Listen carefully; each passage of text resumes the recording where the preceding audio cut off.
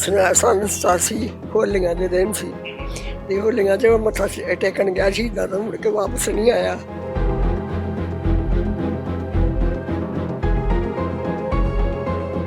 TV से भी कटाया, मैं थाने च रिपोर्टा भी दित्तियां, माल मंडी आई ही फौज उत्ते भी दित्तियां अर्जियां, पर मैनूं कितों भी दस धुख नहीं पई। मुड़ के मैं एक दिन रोंदी पिटदी, मैं क्या छोटे अपने मुंडे नूं भी मैं ना तेरे भरा नूं लभण जाना, जो ना लभा ते मैं भी उत्थे घर नहीं आउणा ना। मैं चाटीगंड रोड दे गई, दुनिया बड़ी उत्थे इकट्ठी हुई ते नहर दे विचों लाश गोलियां वज्जियां कड्ढ के उत्थे लटाई मैं फुटपाथ से। मैनूं मुंडा मेरा छोटा कहंदा वा तुसीं भी भरा नूं लभण चले जाना, वेखो भरा दी लाश पई। ਤੁਹਾਡਾ ਮੈਟਰ ਸੁਲਝਾਇਆ ਜਾਊਗਾ, ਤੁਸੀਂ ਸਾਡੀਆਂ ਸਰਕਾਰਾਂ ਬਣਵਾਓ, ਠੀਕ ਹੈ, ਸਭ ਕੁਝ ਕਰਵਾਓ, ਸਾਥ ਦਿਓ ਸਾਡਾ, ਅਸੀਂ ਤੁਹਾਡੇ ਨਾਲ ਆ। 80 साल की मेरी उम्र है तो हम एक सवा महीना होया मेरा पुत्र गए, मैनूं रात दिन नींद नहीं आती कि मेरे पुत्र का की बनूगा। कोई काम नहीं, कोई कुछ नहीं, कोई सुनाई नहीं देती सरकार ने, कोई कुछ नहीं है, की करा। अजे तक कि सरकार ने नहीं सुनी। लोग कहते हैं सरकार बड़िया मदद कर देंगे, सरकार गरीबों की सुनते हैं, पर मेरी गरीबनी की किसी ने नहीं सुनी।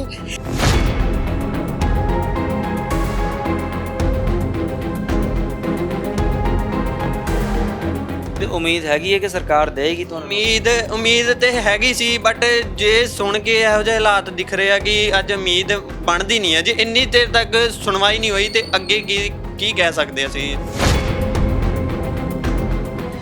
ਧੱਕੇ ਥੋੜੇ ਖਾਂਦੀ ਫਿਰਦੀਆਂ, ਪਤਾ ਨਹੀਂ ਮੈਨੂੰ ਅੱਜ ਬੁਲਾਵਾ ਅੱਜ ਨਹੀਂ ਕੱਲ ਆ ਜਾਏ, ਮਿਹਰਬਾਨੀ ਕਰਕੇ ਮੇਰਾ ਹੱਕ ਮੈਨੂੰ ਦਿੱਤਾ ਜਾਵੇ। ਸਾਡੇ ਘਰ ਦੇ ਤੇ ਲੋਨ ਤੱਕ ਆ, ਸਾਡੀ ਰਜਿਸਟਰੀ ਤੱਕ ਗਹਿਣੇ, ਅਸੀਂ ਪਰੇਸ਼ਾਨ ਹਾਂ ਅੱਜ। ਨਵਜੋਤ ਸਿੰਘ ਸਿੱਧੂ ਜੀ, ਜੋ ਉਹਨਾਂ ਦੀ ਮਿਸਿਜ਼ ਨੇ ਕਿਹਾ ਗਿਆ ਸੀ ਉਸ ਟਾਈਮ ਸਾਡੇ ਕੋਲ ਇੱਥੇ ਆਏ ਸੀ, ਸਾਡੀ ਸਰਕਾਰ ਦਾ ਸਾਥ ਦਿਓ, ਸਾਡੀ ਸਰਕਾਰ ਬਣਵਾਓ ਤੇ ਅਸੀਂ ਤੁਹਾਡੇ ਇਸ ਮੈਟਰ ਨੂੰ ਅਸੀਂ ਸੋਲਵ ਕਰਾਂਗੇ, ਕੋਈ ਗੱਲ ਨਹੀਂ, ਤੁਸੀਂ ਹੌਸਲਾ ਰੱਖੋ। ਉਸ ਟਾਈਮ ਸਾਨੂੰ ਬੜਾ ਸਵਾਰਥ ਦਿੱਤਾ ਗਿਆ ਇਸ, ਉਸ ਤੋਂ ਬਾਅਦ ਕੋਈ ਨਹੀਂ ਆਇਆ। आतंकवादी दौर ਦੇ ਵਿੱਚ ਬੜੇ ਘਰ ਬਰਬਾਦ ਹੋਏ ਸਨ, ਬੜੀਆਂ ਮਾਵਾਂ ਨੂੰ ਇੰਤਜ਼ਾਰ ਰਿਹਾ ਸੀ ਕਿ ਸ਼ਾਇਦ ਸਾਡਾ ਪੁੱਤ ਜਿਹੜਾ ਉਹ ਵਾਪਸ ਆ ਜਾਏਗਾ, ਪਰ ਨਹੀਂ ਆਇਆ। ਬੜੀਆਂ ਪਤਨੀਆਂ ਨੂੰ ਇੰਤਜ਼ਾਰ ਰਿਹਾ ਸੀ ਕਿ ਸਾਡਾ ਘਰ ਵਾਲਾ ਵਾਪਸ ਆ ਜਾਏਗਾ, ਪਰ ਉਹ ਨਹੀਂ ਆਇਆ। ਬੜੇ ਬੱਚਿਆਂ ਨੂੰ ਇੰਤਜ਼ਾਰ ਰਿਹਾ ਸੀ ਕਿ ਸਾਡਾ ਪਿਤਾ ਹੁਣ ਵਾਪਸ ਆ ਜਾਏਗਾ, ਪਰ ਉਹ ਨਹੀਂ ਆਇਆ ਸੀ। ਇੰਤਜ਼ਾਰ ਅਜੇ ਤੱਕ ਨਹੀਂ ਮੁੱਕੇ, ਇੰਤਜ਼ਾਰ ਅਜੇ ਤੱਕ ਚੱਲ ਰਹੇ ਨੇ। ਕੁਝ ਪਰਿਵਾਰਾਂ ਨੂੰ ਤਾਂ ਮ੍ਰਿਤਕ ਦੇਹਾਂ ਤੱਕ ਨਹੀਂ ਮਿਲੀਆਂ ਸੀ, ਉਹਨਾਂ ਨੂੰ ਵੀ ਇੰਤਜ਼ਾਰ ਹੈ ਕਿ ਸ਼ਾਇਦ ਜ਼ਿੰਦਾ ਹੋਵੇ, ਪਰ ਲੰਬਾ ਸਮਾਂ ਹੋ ਚੁੱਕਿਆ। ਇੱਕ ਪਰਿਵਾਰ ਨੂੰ ਵੀ ਇੰਤਜ਼ਾਰ ਹੈ। ਹੁਣ ਇੰਤਜ਼ਾਰ ਇਹਨਾਂ ਦੀ ਮ੍ਰਿਤਕ ਦੇਹ ਦਾ ਨਹੀਂ ਹੈ ਜਿਨ੍ਹਾਂ ਦੀ ਮੌਤ ਹੋਈ ਹੈ, ਹੁਣ ਇੰਤਜ਼ਾਰ ਹੈ ਕਿ ਸਰਕਾਰ ਸਾਡਾ ਪੱਲਾ ਕਦੋਂ ਫੜਦੀ ਹੈ। ਇਹ ਜਿਹੜੀਆਂ ਤਸਵੀਰਾਂ ਦੇਖ ਰਹੇ ਜੇ, ਇਹਨਾਂ ਦੋਨਾਂ ਜਣੇ ਦੀ ਮੌਤ ਹੋ ਚੁੱਕੀ ਹੈ, ਦੋਨੇ ਭਰਾਵਾਂ ਦੀ ਮੌਤ ਹੋ ਚੁੱਕੀ ਹੈ। ਇੱਕ ਦੀ ਮੌਤ ਆਤੰਕਵਾਦੀ ਦੌਰ ਦੇ ਵਿੱਚ ਹੋਈ ਸੀ, ਤਾਂ ਦੂਸਰੇ ਦੀ ਮੌਤ ਕੁਝ ਹੀ ਦਿਨ ਹੋਏ ਆ ਤਾਂ ਹੋਈ ਆ। ਸਿਰਫ ਉਹਨਾਂ ਨੂੰ ਇਹੋ ਹੀ ਆ, ਜਿਹੜੀ ਦੂਸਰੇ ਦੀ ਮੌਤ ਹੋਈ ਆ, ਉਹਨਾਂ ਵੱਲੋਂ ਸਿਰਫ ਤੇ ਸਿਰਫ ਸਰਕਾਰ ਦੇ ਅੱਗੇ ਆਪਣੀ ਪੂਰੀ ਜ਼ਿੰਦਗੀ ਜਿੰਨੀ ਕਿ ਜ਼ਿੰਦਗੀ ਕੱਢੀ ਆ, ਉਹ ਜ਼ਿੰਦਗੀ ਦੇ ਵਿੱਚ ਸਿਰਫ ਤੇ ਸਿਰਫ ਸਰਕਾਰ ਦੇ ਅੱਗੇ ਬੇਨਤੀ ਕੀਤੀ ਗਈ ਸੀ ਕਿ ਸਾਡਾ ਕੋਈ ਹੱਲ ਕੀਤਾ ਜਾਵੇ, ਸਰਕਾਰੀ ਨੁਮਾਇੰਦੇ ਬਣਾ ਲਿੱਤਾ ਜਾਵੇ ਸਾਨੂੰ, ਪਰ ਕੋਈ ਸੁਣਵਾਈ ਨਹੀਂ ਕੀਤੀ ਗਈ। ਤਾਂ ਹੁਣ ਇਹਨਾਂ ਦੀ ਮੌਤ ਹੋਣ ਤੋਂ ਬਾਅਦ ਦੋਵੇਂ ਪੁੱਤ ਜਿਹੜੇ ਨੇ ਉਹ ਹੱਥਾਂ ਦੇ ਵਿੱਚ ਅਰਜ਼ੀਆਂ ਫੜ ਕੇ ਬੈਠੇ ਨੇ। ਬੜੀ ਜਗ੍ਹਾ ਠੋਕਰਾਂ ਖਾਧੀਆਂ, ਬੜੀ ਜਗ੍ਹਾ ਮਿਲਣ ਗਏ ਸਰਕਾਰੀ ਨੁਮਾਇੰਦਿਆਂ ਨੂੰ। ਸੂਬਾ ਸਰਕਾਰ ਵੱਲੋਂ ਸ਼ਾਇਦ ਦਾਅਵਾ ਕੀਤਾ ਗਿਆ ਸੀ ਕਿ ਸਾਰੇ ਘਰਾਂ ਦੇ ਵਿੱਚ ਰੌਣਕਾਂ ਲਗਾ ਦਾਂਗੇ, ਹਰ ਘਰ ਦੇ ਵਿੱਚ ਨੌਕਰੀ ਦਿੱਤੀ ਜਾਏਗੀ, ਪਰ ਇਹ ਨੌਕਰੀ ਜਿਨ੍ਹਾਂ ਨੂੰ ਜ਼ਰੂਰਤ ਹੈ, ਜਿਨ੍ਹਾਂ ਦਾ ਹੱਕ ਬਣਦਾ ਹੈ, ਉਹਨਾਂ ਨੂੰ ਤੱਕ ਨੌਕਰੀ ਨਹੀਂ ਮਿਲੀ। ਇਸ ਤਰ੍ਹਾਂ ਦੇ ਹਾਲਾਤ ਜਿਹੜੇ ਨੇ ਉਹ ਬਣ ਚੁੱਕੇ ਨੇ। ਅੰਮ੍ਰਿਤਸਰ ਦੇ ਵਿੱਚ ਅਸੀਂ ਮੌਜੂਦ ਹਾਂ, ਸੁਲਤਾਨਵਿੰਡ ਰੋਡ ਦੇ ਉੱਤੇ, ਜਿੱਥੇ ਕਿ ਇਹ ਪਰਿਵਾਰ ਸਿਰਫ ਮੰਗ ਕਰ ਰਿਹਾ। ਸਭ ਤੋਂ ਪਹਿਲਾਂ ਬੁੱਢੀ ਮਾਂ ਦੇ ਨਾਲ ਗੱਲਬਾਤ ਕਰਕੇ ਦੇਖਦੇ ਹਾਂ, ਜਿਨ੍ਹਾਂ ਦਾ ਪੁੱਤ ਚਲਾ ਗਿਆ ਤਾਂ ਮੁੜ ਵਾਪਸ ਨਹੀਂ ਆਇਆ, ਵਾਪਸ ਆਈ ਮ੍ਰਿਤਕ ਦੇਹ, ਵਾਪਸ ਆਈ ਉਹਨਾਂ ਦੀ ਲਾਸ਼। ਤਾਂ ਇੰਤਜ਼ਾਰ ਬੜਾ ਹੈ। ਪਹਿਲੇ ਦੱਸੋ ਹੋਇਆ ਕੀ ਸੀ ਪੁੱਤ ਨੂੰ, ਕਿਸ ਤਰੀਕੇ ਦੇ ਨਾਲ ਹਾਲਾਤ ਬਣੇ ਸੀ ਉਦੋਂ? ਨਾਮ ਕੀ ਤੁਹਾਡਾ? ਮੇਰਾ ਨਾਮ ਮਨਜੀਤ ਕੌਰ ਹੈ। ਮੇਰਾ ਲੜਕਾ ਜਿਹੜਾ ਵਾ ਉਹ ਐਤਵਾਰ ਛੁੱਟੀ ਸੀ ਕਿ ਪੱਖਿਆਂ ਦਾ ਕੰਮ ਕਰਦਾ ਸੀ। ਕਿਹੜੀ ਸੀ ਉਦੋਂ? ਉਹ ਸਨ 87 ਜੀ, सन 87 ਹੋਲੀਆਂ ਦੇ ਦਿਨ ਸੀ ਤੇ ਹੋਲੀਆਂ 'ਚ ਮੱਥਾ ਟੇਕਣ ਗਿਆ ਸੀ ਤਾਂ ਮੁੜ ਕੇ ਵਾਪਸ ਨਹੀਂ ਆਇਆ।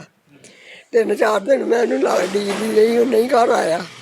ਮੁੜ ਕੇ ਮੈਂ ਭੱਜ ਦੌੜ ਬੜੀ ਕੀਤੀ ਆ, ਟੀਵੀ 'ਚ ਵੀ ਕਢਾਇਆ, ਮੈਂ ਥਾਣੇ 'ਚ ਰਿਪੋਰਟਾਂ ਵੀ ਦਿੱਤੀਆਂ, ਮਾਲ ਮੰਡੀ ਆਈ ਸੀਗੀ ਫੌਜ, ਉੱਥੇ ਵੀ ਦਿੱਤੀਆਂ ਅਰਜ਼ੀਆਂ, ਪਰ ਮੈਨੂੰ ਕਿਉਂ ਵੀ ਦੱਸ ਧੁੱਖ ਨਹੀਂ ਪਈ। ਮੁੜ ਕੇ ਮੈਂ ਇੱਕ ਦਿਨ ਰੋਂਦੀ ਫਿਰਦੀ, ਮੈਂ ਕਿਹਾ ਛੋਟੇ ਆਪਣੇ ਮੁੰਡੇ ਨੂੰ ਵੀ ਮੈਂ ਨਾ ਤੇਰੇ ਭਰਾ ਨੂੰ ਲੱਭਣ ਜਾਣਾ, ਜੇ ਉਹ ਨਾ ਲੱਭਾ ਤੇ ਮੰਮੀ ਉੱਥੇ ਘਰ ਨਹੀਂ ਆਉਣਾ। ਨਾ ਮੈਂ ਚਾਟੀਗੰਡ ਰੋਡ ਦੇ ਉੱਤੇ ਗਈ ਤੇ ਦੁਨੀਆ ਬੜੀ ਉੱਥੇ ਇਕੱਠੀ ਹੋਈ ਤੇ ਨਹਿਰ ਦੇ ਵਿੱਚੋਂ ਲਾਸ਼ ਗੋਲੀਆਂ ਵੱਜੀਆਂ ਕੱਢ ਕੇ ਤੇ ਉੱਥੇ ਨਾ ਲਟਾਈ ਨਾ ਫੁੱਟਪਾਥ ਸੇ। ਮੈਨੂੰ ਮੁੰਡਾ ਮੇਰਾ ਛੋਟਾ ਕਹਿੰਦਾ ਵਾ ਤੁਸੀਂ ਮੇਰੇ ਭਰਾ ਨੂੰ ਲੱਭਣ ਚਲੇ ਜਾਏ ਨਾ, ਉਹ ਵੇਖੋ ਭਰਾ ਦੀ ਲਾਸ਼ ਪਈ ਉੱਥੇ। ਮੈਨੂੰ ਪਤਾ ਨਹੀਂ ਕੀ ਸੁਝਿਆ ਕੀ ਨਹੀਂ ਹੋ ਰਿਹਾ, ਕੀ ਕੁਛ ਮੈਂ ਇਹ ਕੀਤਾ। ਫਿਰ ਮੈਂ ਲੈ ਗਏ ਉਹਨੂੰ ਪੋਸਟਮਾਰਟਮ ਕਰਨ ਵਾਸਤੇ। ਪੋਸਟਮਾਰਟਮ ਰਾਤ ਉਹਨਾਂ ਨੇ ਰੱਖਿਆ, ਅਗਲੇ ਦਿਨ ਉਹਨਾਂ ਪੋਸਟਮਾਰਟਮ ਕੀਤਾ, ਫਿਰ ਉਹਨਾਂ ਨੇ ਲਾਸ਼ ਸਾਨੂੰ ਦੇ ਦਿੱਤੀ। ਅਸੀਂ ਉਹਦਾ ਸੰਸਕਾਰ ਕੀਤਾ। ਉਦੋਂ ਬੜੇ ਵਾਅਦੇ ਕੀਤੇ ਪੁਲਿਸ ਨੇ, ਥਾਣੇ ਨੇ, ਸਾਰਿਆਂ ਨੇ ਕਿਹਾ ਵੀ ਤੁਹਾਡੀ ਮਦਦ ਕਰਾਂਗੇ, ਕੋਈ ਗੱਲ ਨਹੀਂ, ਅਸੀਂ ਹਿੰਮਤ ਨਾ ਹਾਰਿਓ, ਕੋਈ ਵੀ ਗੱਲ ਚੀਜ਼ ਦੀ ਤੁਹਾਨੂੰ ਲੋੜ ਹੋਏ ਸਾਨੂੰ ਦੱਸਿਓ। ਬੜੇ ਉੱਚੀ ਪੱਧਰੀ ਦੇ ਉੱਤੇ ਚਿੱਠੀਆਂ ਪਾਈਆਂ ਨਾ, ਦਿੱਲੀ ਤੱਕ, ਕੀ ਨਾ ਗਵਰਨਰ ਤੱਕ, ਫਿਰ ਮਾਲ ਮੰਡੀ ਤੱਕ, ਸਾਰਿਆਂ ਨੂੰ ਚਿੱਠੀਆਂ ਪਾਈਆਂ ਵੀ ਮੇਰਾ ਇਸ ਤਰ੍ਹਾਂ ਬੱਚਾ ਪੂਰਾ ਹੋ ਗਿਆ। ਮੇਰਾ ਆਦਮੀ 5 ਸਾਲ ਹੋ ਗਏ ਪਹਿਲਾਂ ਪੂਰਾ ਹੋ ਗਿਆ, ਮੇਰਾ ਘਰ ਕਮਾਉਣ ਵਾਲਾ ਕੋਈ ਨਹੀਂ ਹੈਗਾ, ਮੇਰੇ ਛੋਟੇ ਬੱਚੇ, ਇੱਕ ਮੇਰੀ ਬੇਟੀ ਵਿਆਹੁਣ ਵਾਲੀ ਆ, 2 ਮੇਰੇ ਬੇਟੇ ਛੋਟੇ ਆ। ਬੜੀਆਂ ਸਰਕਾਰਾਂ ਮੈਨੂੰ ਹੌਸਲੇ ਦਿਲਾਸੇ ਦਿੰਦੀਆਂ ਰਹੀਆਂ। ਮੇਰਾ ਮੁੰਡਾ ਜਿਹੜਾ ਛੋਟਾ ਸੀ ਮੈਂ ਉਹਨੂੰ ਡਰਦੀ, ਉਹਨੂੰ ਨੌਕਰੀ 'ਤੇ ਨਹੀਂ ਲਵਾਉਂਦੀ, ਮੈਂ ਨਹੀਂ ਆ ਵੀ ਜੇ ਉਹ ਆਉਂਦਾ ਜੇ ਮੈਨੂੰ ਮਾਰਤਾ ਤਾਂ ਮੈਂ ਤੇਰਾ ਮਗਰ ਕੌਣ ਆਊਗਾ। ਮੈਂ ਬੜਾ ਭੱਜ ਦੌੜ ਕੀਤੀ ਪਰ ਉਹਨਾਂ ਮੇਰੀ ਸੁਣੀ ਨਹੀਂ। ਜਦੋਂ ਫਿਰ ਮੈਂ ਹਿੰਮਤ ਹਾਰ ਗਈ, ਫਿਰ ਮੈਂ ਬਹਿ ਗਈ ਚੁੱਪ ਕਰਕੇ। ਇਹ ਪ੍ਰਾਈਵੇਟ ਕੰਮ ਸੋਚਿਆ ਸੀ ਕਦੇ ਕਿ ਇਸ ਤਰ੍ਹਾਂ ਦਾ ਮਾਹੌਲ ਬਣ ਜਾਏਗਾ ਕਿ ਪੁੱਤ ਪਹਿਲਾਂ ਚਲੇ ਜਾਣਗੇ? ਨਾ, ਮੈਂ ਕਦੀ ਨਹੀਂ ਸੀ ਸੋਚਿਆ, ਨਹੀਂ ਇੰਨੀ ਗੱਲ ਤਾਂ ਕਦੀ ਸੋਚੀ ਨਹੀਂ। ਮੈਂ ਤਾਂ ਆਪਣੇ ਦੋਨੋਂ ਪੁੱਤਰ ਮੇਰੇ ਚਲੇ ਗਏ। ਹੁਣ ਇੱਕ ਬੁੱਢੇ ਬਾਰੇ 80 ਸਾਲ ਦੀ ਮੇਰੀ ਉਮਰ ਹੈ ਤੇ ਹੁਣ ਇੱਕ 1.25 ਮਹੀਨਾ ਹੋਇਆ ਮੇਰਾ ਪੁੱਤਰ ਗਏ ਨੂੰ। ਮੈਨੂੰ ਰਾਤ ਦਿਨ ਨੀਂਦ ਨਹੀਂ ਆਉਂਦੀ ਕਿ ਮੇਰੇ ਪੁੱਤਰਾਂ ਦਾ ਕੀ ਬਣੂਗਾ। ਨਾ ਇਹ ਕੋਈ ਕਹੇ ਜੇ ਨੌਕਰੀ ਕਰਨ ਜੋਗੇ ਪੜ੍ਹ ਲਿਖ ਕੇ ਧੱਕੇ ਖਾਂਦੇ ਫਿਰਦੇ, ਨਾ ਕਿ ਸਰਕਾਰ ਨੇ ਮੈਨੂੰ ਮੇਰੀ ਸੁਣੀ, ਨਾ ਅੱਜ ਤੱਕ ਮੇਰਾ ਲਾਲ ਕਾਰਡ ਬਣਿਆ।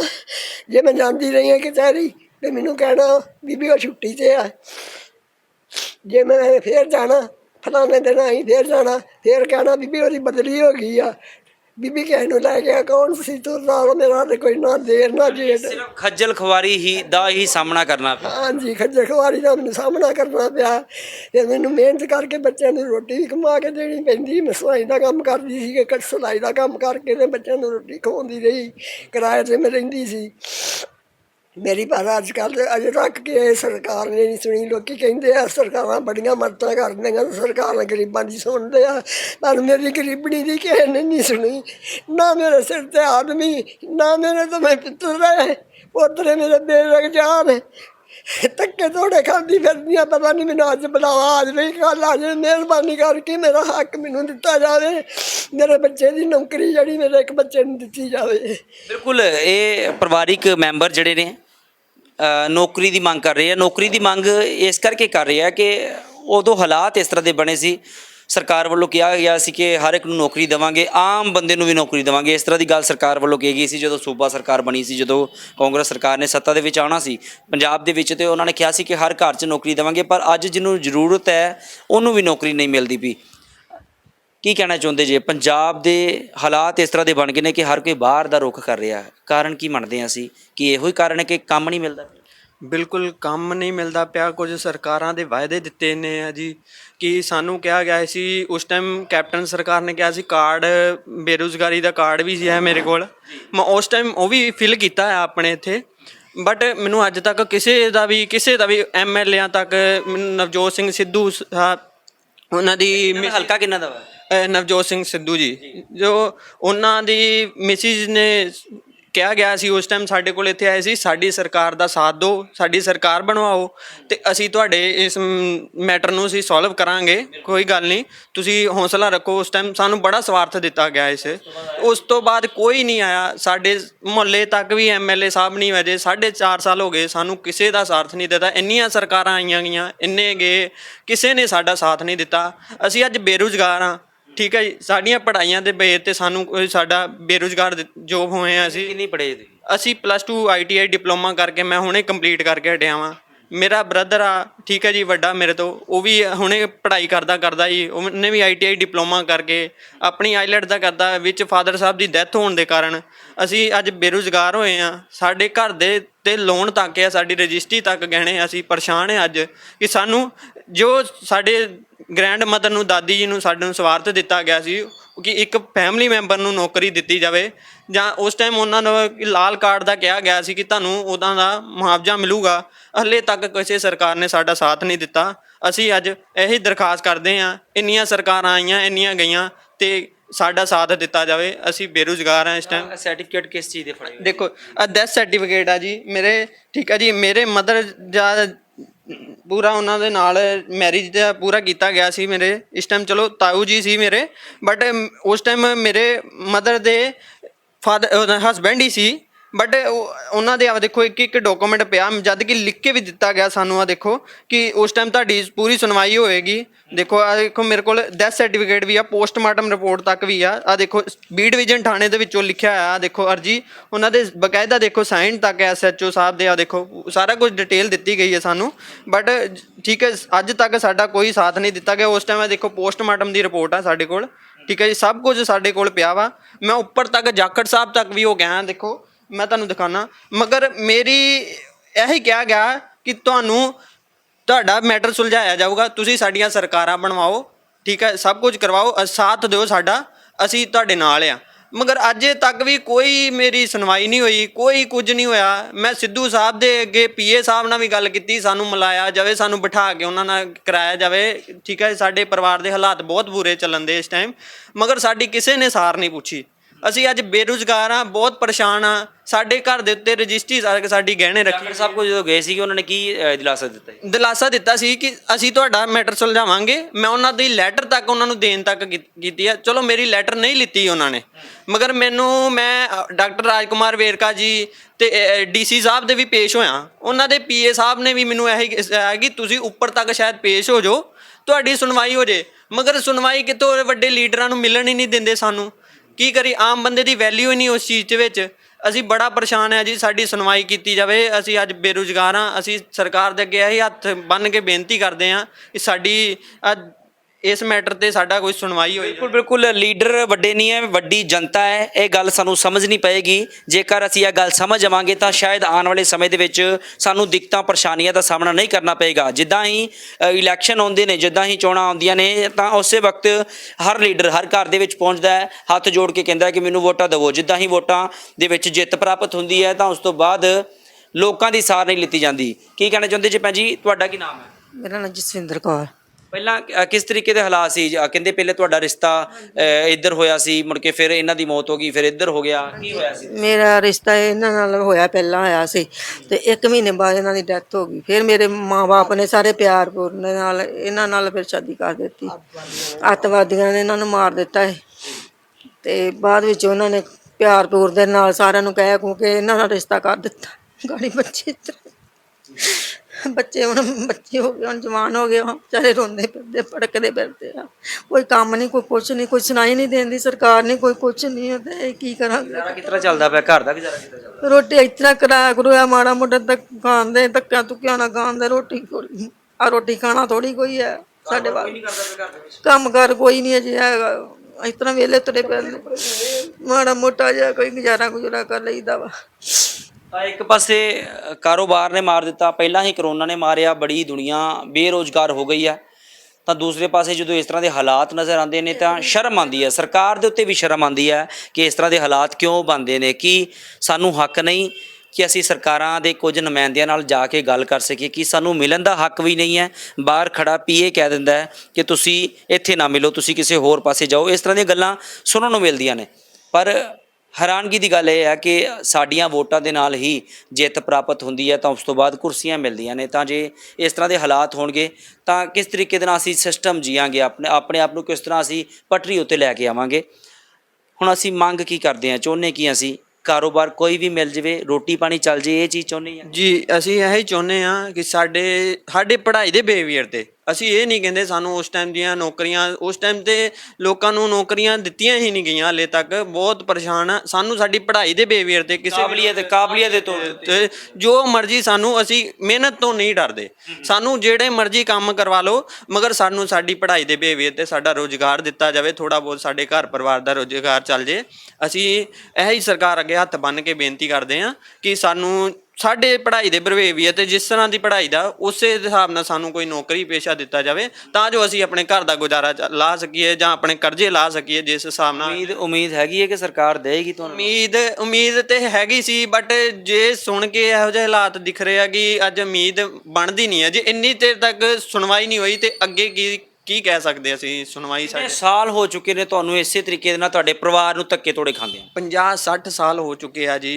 ਉਸ ਟਾਈਮ ਸਾਨੂੰ ਦੇਖੋ ਸਾਰਾ ਕੁਝ ਸਵਾਰਥ, ਸਾਨੂੰ ਪੂਰਾ ਦਵਾਇਆ ਗਿਆ, ਆਸ਼ਵਾਸਨ ਦਵਾਇਆ ਗਿਆ ਸੀ ਕਿ ਅਸੀਂ ਪੱਕਾ ਇਹ ਕੰਮ ਕਰਵਾਵਾਂਗੇ, ਤੁਹਾਨੂੰ ਨੌਕਰੀ ਪੇਸ਼ਾ ਮਿਲੇਗਾ। ਤੇ ਉਸ ਟਾਈਮ ਲਾਲ ਕਾਰਡ ਵੀ ਮਿਲਦਾ ਸੀ, ਮੇਰੇ ਦਾਦੀ ਜੀ ਨੂੰ ਕਿਹਾ ਗਿਆ ਸੀ ਕਿ ਲਾਲ ਕਾਰਡ ਵੀ ਮਿਲੇਗਾ, ਉਹਨਾਂ ਦੇ ਵਿੱਚ ਵੀ ਤੁਹਾਡਾ ਫੰਡ ਹੁੰਦਾ। ਕਿਹੜੀ ਸਰਕਾਰ ਸੀ ਉਦੋਂ? ਕਾਂਗਰਸ ਸਰਕਾਰ ਹੀ ਸੀ ਜਿਨ੍ਹਾਂ ਨੇ ਤੁਹਾਨੂੰ ਲਾਲ ਕਾਰਡ ਦਿੱਤਾ ਸੀ, ਜਿਹੜਾ ਦਿੱਤਾ ਹੀ ਨਹੀਂ ਸੀ, ਸਾਨੂੰ ਕੁਝ ਨਹੀਂ ਦਿੱਤਾ, ਇੱਕ ਵੀ ਮੁਆਵਜ਼ਾ ਨਹੀਂ ਦਿੱਤਾ ਗਿਆ ਅੱਜ ਤੱਕ। ਸਿਰਫ ਸਾਡੇ ਕੋਲ ਸਾਰੇ ਡਾਕੂਮੈਂਟ, ਅਸੀਂ ਉੱਪਰ ਉਸ ਟਾਈਮ ਸਰਕਾਰ ਕਾਂਗਰਸ ਦੀ ਸੀ, ਪੂਰੀਆਂ ਲੈਟਰ ਤੱਕ ਪਾਈ ਗਈ ਆ, ਬਟ ਕੀ ਕਰੇ, ਦਾਦਾ ਜੀ ਵੀ ਐਕਸਪਾਇਰ ਸੀ, ਠੀਕ ਆ, ਫਿਰ ਅੱਗੋਂ ਉਹਨਾਂ ਦੇ ਬੇਟੇ ਵੀ ਐਕਸਪਾਇਰ ਸੀ, ਤੇ ਅੱਗੋਂ ਅੱਜ ਸਾਡੇ ਫਾਦਰ ਸਾਹਿਬ ਨਾਲ ਥੋੜਾ ਬਹੁਤ ਘਰ ਦਾ ਗੁਜ਼ਾਰਾ ਚੱਲਦਾ ਸੀ, ਤੇ ਉਹ ਵੀ ਅੱਜ ਨਹੀਂ ਸਿਰ ਤੇ ਰਹੇ ਸਾਡੇ। ਅਸੀਂ ਬਹੁਤ ਪਰੇਸ਼ਾਨ ਆ ਤੇ ਹੱਥ ਬੰਨ੍ਹ ਕੇ ਜੋੜ ਕੇ ਬੇਨਤੀ ਆ ਸਰਕਾਰ ਦੇ ਅੱਗੇ, ਠੀਕ ਹੈ ਜੀ, ਸਾਡੀ ਬਿਲਕੁਲ ਹੱਲ ਕੀਤਾ ਜਾਵੇ। ਹੱਥ ਬੰਨ੍ਹ ਕੇ ਬੇਨਤੀ ਕਰਦਾ ਪਿਆ ਪਰਿਵਾਰ, ਤਾਂ ਵੱਡਾ ਬੇਟਾ ਵੀ ਮੌਜੂਦ ਹੈ। ਕੀ ਕਹਿਣਾ ਚਾਹੁੰਦੇ ਜੇ? ਇਸ ਤਰ੍ਹਾਂ ਦੇ ਹਾਲਾਤ ਬਣ ਚੁੱਕੇ ਨੇ ਕਿ ਹਰ ਕੋਈ ਕਹਿੰਦਾ ਕਿ ਮੈਂ ਪੰਜਾਬ ਛੱਡਾਂ, ਮੈਂ ਬਾਹਰ ਜਾਵਾਂ। ਲੱਗਦਾ ਹੈ ਕਿ ਵਾਕਈ ਇਹ ਜਿਹੜੀਆਂ ਸਰਕਾਰਾਂ ਦੀਆਂ ਨੀਤੀਆਂ ਨੇ ਉਹਨੂੰ ਦੇਖਦਿਆਂ ਅਸੀਂ ਬਾਹਰ ਨੂੰ ਨਿਕਲਦੇ? ਅਸੀਂ ਨਾ ਆਪ ਸੋਚ ਰਹੇ ਸੀ ਵੀ ਜਿੱਦਾਂ ਐਕਚੁਅਲੀ ਇੱਥੇ ਅਸੀਂ ਥੋੜ੍ਹਾ ਜਿਹਾ ਲੋਨ ਲਿੱਤਾ ਹੋਇਆ ਸੀ, ਤੇ ਮੇਰੇ ਫੈਮਿਲੀ ਮੈਂਬਰ ਵੀ ਕਹਿ ਰਹੇ ਸੀ ਵੀ ਤੂੰ ਵੀ ਮਤਲਬ ਕਿਸੇ ਛੋਟੀ ਕੰਟਰੀ ਚਲ ਜਾ ਜਿੱਦਾਂ ਗੁਜ਼ਾਰਾ ਚੱਲਦਾ ਰਹੇ। ਤੇ ਅਸੀਂ ਪਹਿਲਾਂ ਹੀ ਕਰਜ਼ੇ ਜਾਂ ਕਾਫੀ, ਤੇ ਉਹੀ ਉਮੀਦ ਆ ਫਿਰ ਵੀ ਆਖਰੀ ਵੀ ਸਰਕਾਰ ਤੋਂ ਕੋਈ ਰੁਜ਼ਗਾਰ ਮਿਲ ਜੇ ਤਾਂ ਜ਼ਿਆਦਾ ਬੈਟਰ ਰਹੂਗਾ ਇੱਥੇ ਸਾਡੇ। ਹਾਂਜੀ, ਨਹੀਂ ਮਿਲ ਰਿਹਾ ਜੀ। ਕਿੰਨਾ ਕੱਦ ਕਿੰਨਾ ਭਾਜੀ ਤੁਹਾਡਾ? ਮੇਰਾ 5 ਫੁੱਟ 10। ਹਾਂਜੀ ਹਾਂਜੀ। ਤਾਂ 5 ਫੁੱਟ 10 ਇੰਚ ਕੱਦ ਹੈ। ਦੂਸਰਾ ਲੜਕਾ ਵੀ ਜਵਾਨ ਹੈ, ਅਜੇ ਉਮਰ ਚਾਹੇ ਛੋਟੀ ਹੈ ਪਰ ਜਵਾਨ ਹੈ। ਤਾਂ ਸਰਕਾਰਾਂ ਨੂੰ ਚਾਹੀਦਾ ਕਿ ਕੋਈ ਹੱਲ ਕਰ ਦਿੱਤਾ ਜਾਵੇ। ਇਸ ਤਰ੍ਹਾਂ ਦੇ ਨੌਜਵਾਨ ਜਿਹੜੇ ਨੇ ਉਹ ਬਾਹਰ ਧੱਕੇ ਖਾ ਰਹੇ ਨੇ, ਬਾਹਰ ਦਾ ਰੁੱਖ ਕਰਦੇ ਨੇ। ਉਹ ਵੀ ਨੌਜਵਾਨ ਨੇ ਜਿਹੜੇ ਕਿ ਦੇਸ਼ ਨੂੰ ਉਚਾਈਆਂ ਦੇ ਉੱਤੇ ਲੈ ਕੇ ਜਾਂਦੇ, ਉਹਨਾਂ ਨੂੰ ਮੌਕਾ ਮਿਲ ਜਾਂਦਾ ਹੈ। ਬੜੇ ਨੌਜਵਾਨ ਇਸ ਤਰ੍ਹਾਂ ਦੇ ਨੇ, ਬੜੇ ਲੜਕੀਆਂ ਇਸ ਤਰ੍ਹਾਂ ਦੀਆਂ ਜਿਹੜੀਆਂ ਸਿਰਫ ਮੌਕੇ ਦੀ ਤਲਾਸ਼ ਦੇ ਵਿੱਚ ਨੇ। ਸਾਨੂੰ ਇੱਕ ਮੌਕਾ ਦਿੱਤਾ ਜਾਵੇ।